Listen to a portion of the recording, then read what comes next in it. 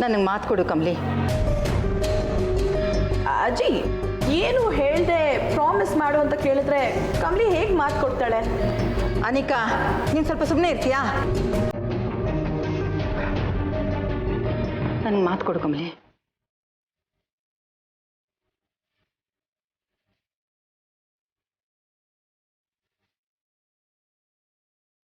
ನನ್ನ ಮಾತನ್ನ ನೀನು ಮೀರಲ್ಲ ಅನ್ನೋ ನಂಬಿಕೆಯಿಂದ ನಾನು ನಿನ್ನ ಹತ್ರ ಒಂದು ವಿಷಯ ಹೇಳ್ತಾ ಇದ್ದೀನಿ. ನಿನ್ನ ಹಳೆಯ ಕಹಿ ಘಟನೆಗಳೆಲ್ಲ ಮರೆತು ಮತ್ತೆ ಹೊಸ ಜೀವನ ಮಾಡಬೇಕು. ನಿನ್ನ ನಗ್ನಗ್ತಾ ಇರಬೇಕು. ರಿಷಿ ಮನೇನ ನಂದಾದೀಪವಾಗಿ ಬೆಳಗಬೇಕು.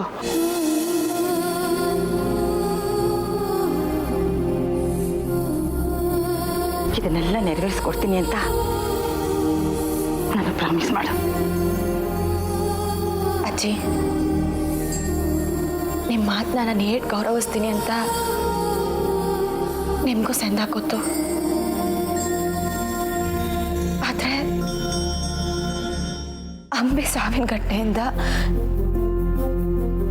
ನನ್ನ ಮನ್ಸು ಹೊಡೆದೋಗೈತೆ ಅಜ್ಜಿ. ಇನ್ನೊಂದು ಕಡೆ ಅಪ್ಪ ಈ ಆಸ್ಪತ್ರೆ ಸೇರೋರೆ. ಇಂಥ ಸಮಯದಾಗೆ ನಾನು ನಿಮಗೆ ಮಾತು ಕೊಟ್ರೆ ಅದನ್ನ ನೆರವೇರಿಸ್ತೀನಿ ಅನ್ನೋ ಸಂಶಯ ಕಾಡ್ತೈತೆ ನನಗೆ. ನನಗೆ ಸಂಸ್ಬಿಡಿ ಅಜ್ಜಿ. ಕಮಲಿ, ಕಮಲಿ ನೋಡು, ಅಳ್ಬೇಡಮ್ಮ, ಅಳ್ಬೇಡ. ಇದನ್ನೆಲ್ಲ ದಾಟಿ ಮುಂದುವರಿಯೋದೆ ಜೀವನ. ಸುಳಿಲ್ ಸಿಕ್ಕಾಕೊಂಡ್ರೆ ಹೊರಗೆ ಬರೋದು ತುಂಬಾನೇ ಕಷ್ಟನಮ್ಮ. ಅದು ಅಹಂಕಾರದ ಸುಳಿ ಆಗಿರ್ಬೋದು, ದುಃಖದ ಸುಳಿ ಆಗಿರ್ಬೋದು, ಆಡಂಬರ, ಅತ್ಯಾಸೆ, ಮೋಹ, ಯಾವುದೇ ಸುಳಿಲ್ ಸಿಕ್ಕಾಕೊಂಡ್ರು ಜೀವನನೇ ಕಳೆದು ಹೋಗುತ್ತೆ. ನೋಡು, ನೀನಂತ ತಪ್ಪು ಮಾಡಬೇಡ. ನೀನು ನೋಡ್ತಾ ಇರೋ ಕಷ್ಟಗಳಿಲ್ಲ ಕಮಲಿ. ಇದೆಲ್ಲ ನಿನ್ನನ್ನು ಇನ್ನಷ್ಟು ಗಟ್ಟಿ ಮಾಡ್ತವೆ ಅಂತ ತಿಳ್ಕೊ. ಅಂಬಿ ಸಾವಿಗೆ ನ್ಯಾಯ ಕೊಡಿಸೋದು ನನ್ನ ಜವಾಬ್ದಾರಿ. ಆ ಮಾತನ್ನ ನಾನು ನಿನಗೆ ಕೊಡ್ತಾ ಇದ್ದೀನಿ. ಇನ್ನು ಚಂದ್ರು, ಅವನ ಪರಿಸ್ಥಿತಿ ನಿನಗೆ ಗೊತ್ತಿದೆ. ಅವನ ಜೊತೆ ಊರ್ಮಿಳ ಇದ್ದಾಳೆ. ಅವನಿಗೇನೂ ಆಗಲ್ಲ.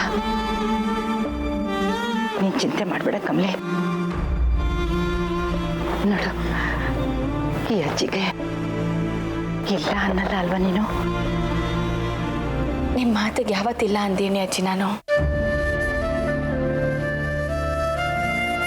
ಅಜ್ಜಿ, ನನ್ನ ಮಾತಿಂದ ನಿಮಗೆ ಖುಷಿ ಕೊಡ್ತೈತೆ ಅನ್ನೋದಾದ್ರೆ ನೀವು ಹೇಳ್ದಂಗೆ ಆಗಲಿ ಅಜ್ಜಿ.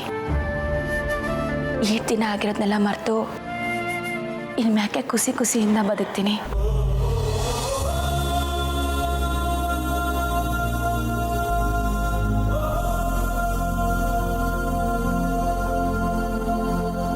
ನಾನೇನೋ ಡ್ರಾಮಾ ಮಾಡಿ ಇವಳನ್ನ ಋಷಿ ಮನೆಗೆ ಹೋಗದೆ ಇರೋ ಹಾಗೆ ಮಾಡೋಣ ಅಂತ ಅನ್ಕೊಂಡ್ರೆ ಈ ಮುದುಕಿ ಬೇರೆನೇ ಗೇಮ್ ಆಡ್ಬಿಟ್ಲಲ್ಲ. ಬಿಡಬಾರ್ದು. ಅಜ್ಜಿ, ಒನ್ ಕ್ವೆಶ್ಚನ್. ಈಗ ಅಂಬಿ ಸತ್ತಿದ್ದಾಳೆ, ಅವಳು ಒಂದು ರೀತಿಯಲ್ಲಿ ಈ ಮನೆಗೆ ಸೇರ್ಬೇಕಾದವಳು ಅಲ್ವಾ? ಇವಾಗ ನಮಗೆಲ್ಲ ಅದೇನದು, ಹಾಂ, ಸೂತ್ಕ ಅಲ್ವಾ? ಇಡೀ ಪ್ರಪಂಚನೇ ಮನೆ ಅಂತ ನಂಬಿರೋರಿಗೆ ಪ್ರತಿದಿನ ಸೂತ್ಕನೇ. ಈಗ ಅದ್ರ ಬಗ್ಗೆ ಯೋಚನೆ ಮಾಡೋದು ಬೇಡ. ಅಂಬಿ ಬರೋಕ್ಕಿಂತ ಮುಂಚೆ ನಮ್ಮ ಬದುಕು ಹೇಗಿತ್ತೋ ಇನ್ನು ಮುಂದೇನೂ ಹಾಗೇ ಇರುತ್ತೆ.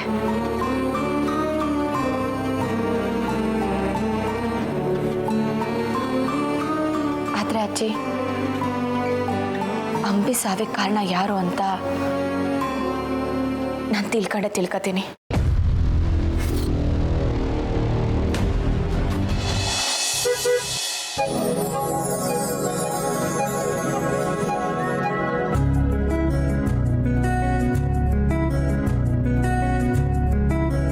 ರಿಷಿ, ತಾರಾ, ಬನ್ನಿ ಬನ್ನಿ ಕೂತ್ಕೊಳ್ಳಿ. ಅನ್ನಪೂರ್ಣಮ್ಮ ಅವರೇ, ನಾವು ಕೂತು ಎದ್ದು ಹೋಗಕ್ಕೆ ಬಂದಿಲ್ಲ. ನಮ್ಮ ಮನೆ ಸೊಸೆನ ನಮ್ಮ ಮನೆಗೆ ಕರ್ಕೊಂಡು ಹೋಗಕ್ಕೆ ಬಂದಿದ್ದೀವಿ.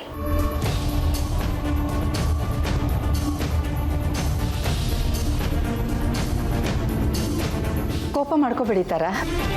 ಪರಿಸ್ಥಿತಿ ನಿಮಗೆ ಗೊತ್ತಿದೆಯಲ್ಲ. ಮದುಮಗಳನ್ನ ಮಂಟಪದಿಂದ ಕಳಿಸ್ಕೊಡ್ಬೇಕಾಗಿತ್ತು. ಆದರೆ ಇರಲಿ ಬಿಡಿಮ್ಮ, ಏನೋ ಆಗಿದ್ದಾಗೋಯ್ತು. ಈಗ ಮುಂದೆ ಆಗೋದು ನೋಡೋಣ. ನೀವು ಹಿರಿಯರು ಆಶೀರ್ವಾದ ಮಾಡಿ ನಮ್ಮ ಮನೆ ಸೊಸೆನ ನಮ್ಮ ಮನೆಗೆ ಕಳಿಸ್ಕೊಡಿ ಸಾಕು.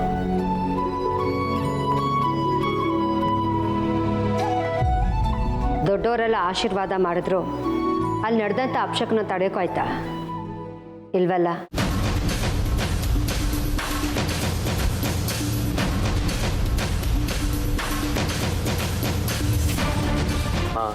ಪ್ಲೀಸ್ ತಾರಾ, ಪ್ಲೀಸ್ ಪದೇ ಪದೇ ಅದೇ ಮಾತು ಯಾಕೆ? ಬಿಟ್ಬಿಡು. ಕಮಲಿ, ನೀನು ನಮ್ಮ ಮನೆ ಬೆಳಗೋ ಸೊಸೆ. ನೀನು ನಗ್ನಗ್ತಾ ಮನಸ್ಫೂರ್ತಿಯಾಗಿ ನಮ್ಮ ಮನೆಗೆ ಬಂದರೆ ಅಷ್ಟೇ ಸಾಕಮ್ಮ.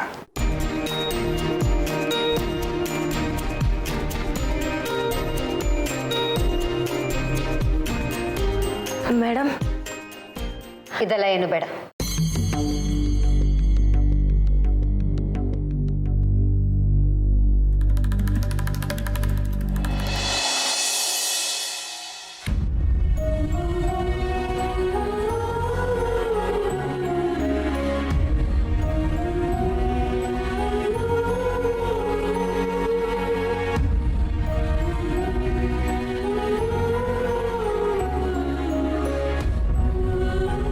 ಮೊದಲು ದೇವ್ರ ಪೂಜೆ ಆಗಲಿ, ಆಮೇಲೆ ಮುಂದಿಂದು. ಬನ್ನಿ.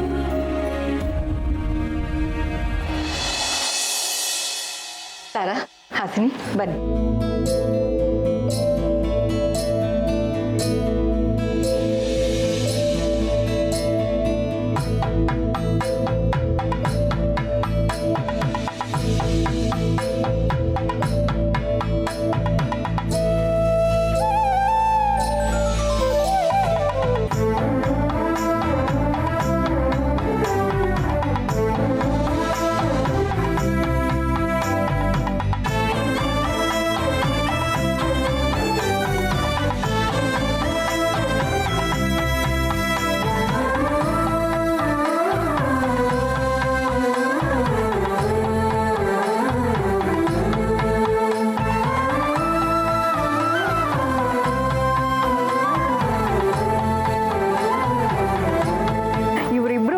ಟಚ್ ಸ್ಕ್ರೀನ್ ಮೊಬೈಲ್ ಫೋನ್ ಇದ್ದಂಗೆ.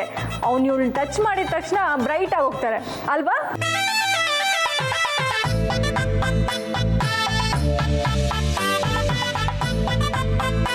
ರಚನಾ, ಸ್ವಲ್ಪ ಸುಮ್ಮನೆ ಇರ್ತೀಯಾ? ನಿಂಗಿ, ನಾನು ಇಷ್ಟೊತ್ತು ಸುಮ್ಮನೆ ತಾನೇ ಇದ್ದೆ. ನನ್ನ ಫಸ್ಟ್ ಡೈಲಾಗ್ಗೆ ಅಮ್ಮ ಎಂಡ್ ಕಾರ್ಡ್ ಹಾಕ್ಬಿಟ್ರು ನೋಡು. ಕಮಲಿ, ರಿಷಿ, ನಿಮ್ಮಿಬ್ಬರು ಹೊಸ ಜೀವನ ಸುಖಕರವಾಗಿರಲಿ ಅಂತ ಆ ದೇವರಲ್ಲಿ ಮನಸಾರ ಬೇಡ್ಕೊಳ್ಳಿ.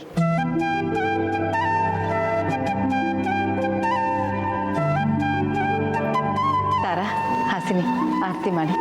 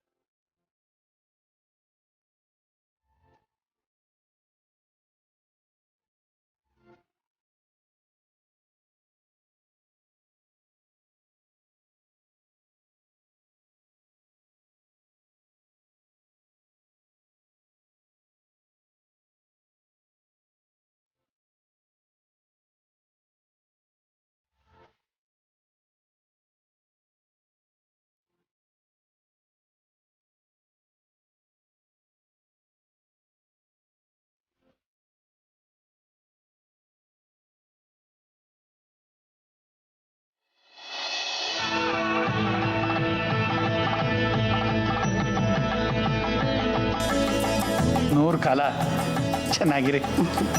ಒಳ್ಳೇದಾಗ್ಲಪ್ಪ, ಒಳ್ಳೇದಾಗ್ಲಮ್ಮ.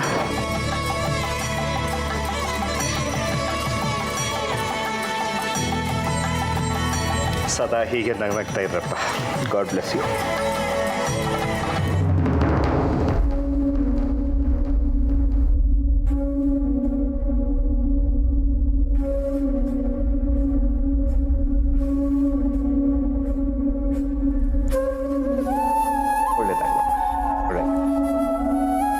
ಕಮಲಿ ರಿಷಿ ಹೊಸ ಸಂಸಾರಕ್ಕೆ ಏನೇನು ಬೇಕೋ ಎಲ್ಲನೂ ಅಂದರೆ ಲೋಟದಿಂದ ಹಿಡಿದು ಹಾಸಿಗೆವರೆಗೂ ಎಲ್ಲ ನಿಮ್ಮ ಮನೆ ತಲುಪಿದೆ.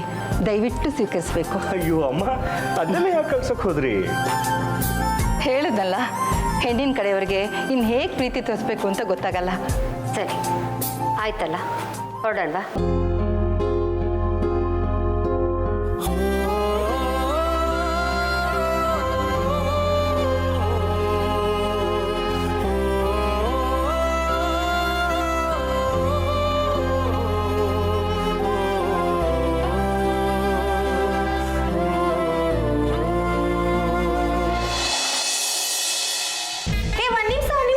ನನ್ನೇ ಬಿಟ್ಟು ಹೊಂಟ್ಬಿಟ್ರಲ್ಲ, ಬ್ಯಾಗ್ ತರ ಅಷ್ಟರಲ್ಲಿ. ಹೋಗುವಾಗ ನಿಂದೇನೆ ಅಡ್ಬಾಯಿ. ಪಾಪ ತಾರಾ ಆಂಟಿ ಆಲ್ರೆಡಿ ಅಪ್ಸೆಟ್ ಆಗಿದ್ದಾರೆ. ಗಂಡನ ಮನೆಗೆ ಹೋಗುವಾಗ ತವ್ರ ಮನೆಯಿಂದ ಹುಡುಗಿ ಜೊತೆ ಯಾರನ್ನಾದ್ರೂ ಕಳಿಸೋದು ವಾಡಿಕೆ. ಅದಕ್ಕೆ ನಿಂಗೆ ರೆಡಿಯಾಗಿ ಬಂದಿರೋದು. ಹೇ ದೋಸ್ತು, ನೀನು ನಮ್ಮ ಜೊತೆ ಬರ್ತಾ ಇದ್ಯಾ? ಸೂಪರ್, ಮಜಾ ಇರುತ್ತೆ, ಬಾ. ಅಜ್ಜಿ, ಇದು ಯಾವ ನ್ಯಾಯ? ನಾನಿರುವಾಗ ಇವಳು ಯಾಕೆ ಅಲ್ಲಿಗೆ ಹೋಗ್ಬೇಕು? ಏಯ್, ಅದ್ಬೈ ಆಗ್ತಿರೋದು ನೀನು. ಬಾಯ್ ಮುಚ್ಚವಿ. ನಾನು ಕಮಲಿ ಫ್ರೆಂಡು, ಅವಳ ಜೊತೆಗೆ ನಾನೇ ಹೋಗ್ಬೇಕು. ಲುಕ್ ನಂಗಿ, ನಿನ್ ಫ್ರೆಂಡ್ ಅಷ್ಟೇ, ಬಟ್ ನಾನು ಕಮಲಿ ಸಿಸ್ಟರ್. ಅಜ್ಜಿ, ನಾನೇ ಹೋಗ್ತೀನಿ ಅಜ್ಜಿ, ಪ್ಲೀಸ್. ತಾರಾಂಟಿ, ನೀವಾದ್ರೂ ಹೇಳಿ. ಯಾರು ಬರೋದು ಬೇಡ. ಕಮಲಿಗೆ ನಮ್ಮ ಮನೆ ಹೊಸದೇನಲ್ವಲ್ಲ, ಪರಿಚಯನೇ ಇಲ್ದಿರೋ ಹುಡುಗಿ ಬರ್ತಿದ್ದಾಳೆ ಅಂದ್ರೆ ಆ ವಾಡಿಕೆಗೆ ಒಂದು ಅರ್ಥ ಇರುತ್ತೆ. ಆದ್ರೆ ಕಮಲಿಗೆ ನಮ್ಮ ಮನೆ ಹೊಸದಲ್ವಲ್ಲ, ಅವಳೊಬ್ಳೇ ಬರಲಿ. ಅದು ಹಾಗಲ್ಲ ತಾರ. ಕಮಲಿ ಇದುವರೆಗೂ ನಮ್ಮ ಮನೆಗೆ ಬಂದಾಗಲೆಲ್ಲ ಹಾರ್ಡ್ಲಿ 1 ದಿನ 2 ದಿನ ಇದ್ದು ಹೋಗಿದ್ದಾಳೆ. ಈಗ ನಮ್ಮ ಮನೆ ಸೊಸೆ ಆಗಿ ಪರ್ಮನೆಂಟಾಗಿ ಅಲ್ಲೇ ಇರೋದಕ್ಕೆ ಬರ್ತಿದ್ದಾಳೆ. ಇನಿಷಿಯಲಿ ಯಾರಾದ್ರೂ ಜೊತೆಲಿದ್ರೆ she'll will better. Yes aunty, ನಾನೇ ಬರ್ತೀನಿ. ಕಮಲಿ, ನೀನಾದ್ರೂ ಹೇಳು, ನಾನು ನಿನ್ ಜೊತೆಗೆ ಬರ್ತೀನಿ, ಪ್ಲೀಸ್.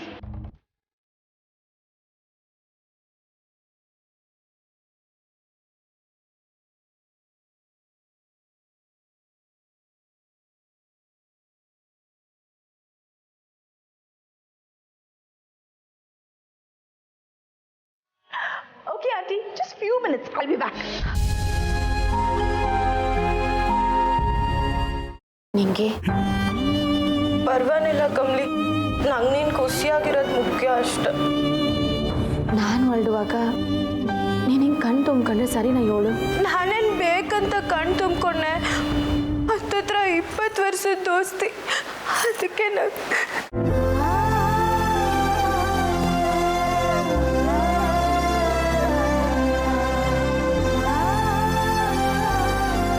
ರಿಷಿ,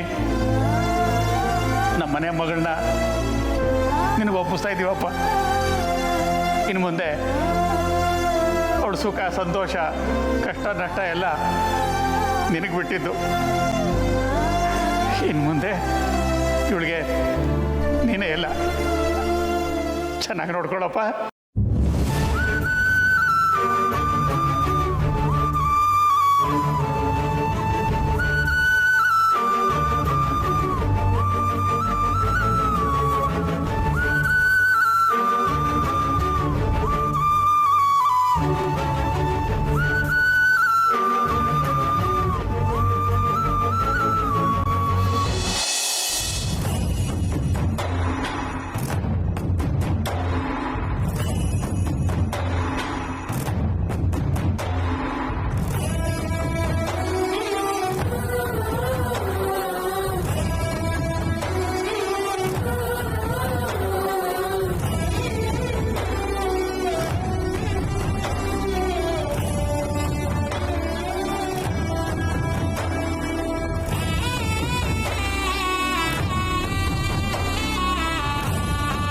ಚಂದ್ರು ಮನೆಗೆ ಬಂದಮೇಲೆ ನಾನೇ ಅವನ್ನ ನಿಮ್ಮ ಮನೆಗೆ ಕರ್ಕೊಂಬರ್ತೀನಿ. ಹಾಂ, ಗೌರಿ ಫೋಟೋನ ನಾನು ಆಗಲೇ ನಿಮ್ಮ ಮನೆಗೆ ಕಳ್ಸಾಯ್ತಮ್ಮ.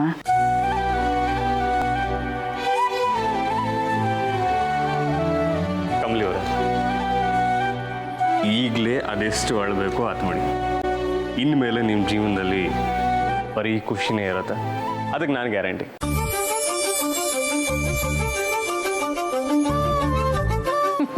ಅಬ್ಬಾ ನೋಡಪ್ಪ, ನಮ್ಮ ಅಣ್ಣ ಡೈಲಾಗ್ ಹೊಡೆದ, ನಮ್ಮ ಅದಕ್ಕೆ ಆಗ್ಲೇ ನಕ್ಬಿಟ್ಲು.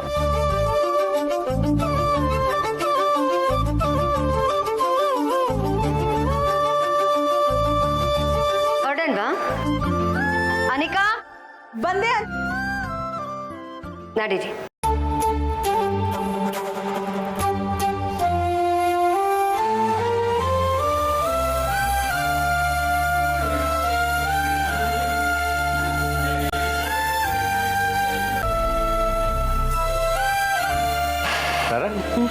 ನನ್ನ ಕಾರಲ್ಲಿ ಬರ್ತೀಯಾ ರಿಷಿ ಕಾರಲ್ಲಿ ಬರ್ತೀಯಾ? ಋಷಿ ಕಾರಲ್ಲಿ ಬರ್ತೀನಿ.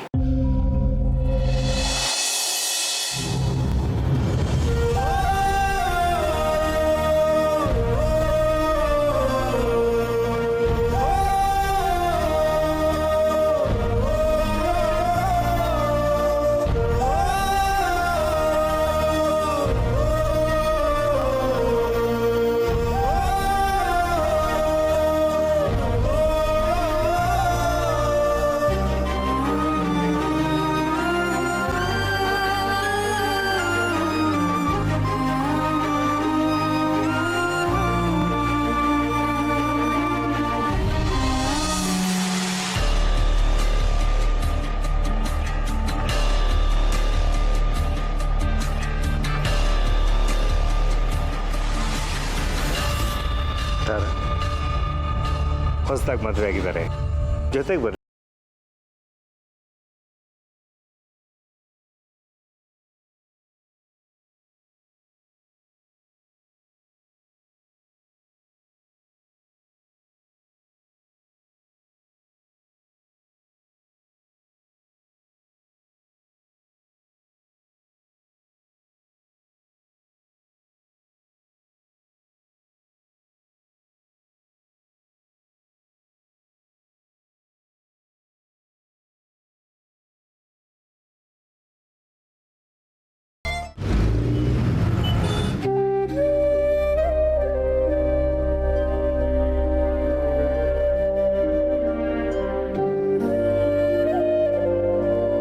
ಕಮಲಿಯವರ ಅಜ್ಜಿ ಕಾಣ್ತಿದ್ದಾರೆ ಅಂತ ಇನ್ನೂ ತಿರುಗಿ ನೋಡ್ತಾ ಇದ್ದೀರಾ?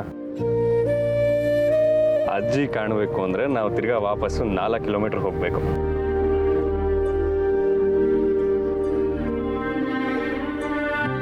ಕಮಲಿಯವರ ಇನ್ನೂ ಸೊಪ್ಪಗಿದ್ರೆ ಗಂಡಂಗೆ ಬೇಜಾರಾಗಲ್ವಾ?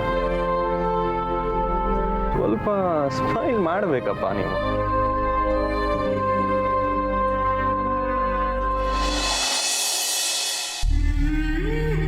ಕಮಲಿಯವರೇ, ಇನ್ನು ಮುಂದೆ ನಮ್ಮ ಜೀವನದ ಬಂಡಿ ಶುರು ಆಗುತ್ತೆ. Let's enjoy every moment of life. ನೀವು ಕೇಳ್ಬೋದು, ಯಾವಾಗಲೂ ನೋಡ್ತಾನೆ ಇದ್ರೆ ಬೋರ್ ಆಗಲ್ವಾ ಅಂತ. ಕಮಲಿಯವರೇ, ಉಸಿರಾಟನೂ ಯಾವಾಗಲೂ ಆಡ್ತಿರ್ತೀವಿ. ಬೋರ್ ಆಗುತ್ತೆ ಅಂತ ಬಿಟ್ಬಿಟ್ರೆ ಪ್ರಾಣ ಹೋಗ್ಬಿಡಲ್ವಾ? ಹಾಗೇನೇ ಇದು. ನೀವೇ ನನ್ನ ಪ್ರಾಣ.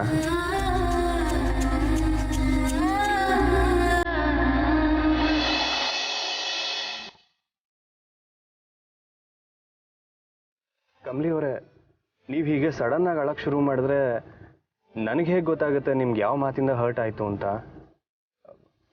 ಒಂದು ನಿಮಿಷ ರೀ.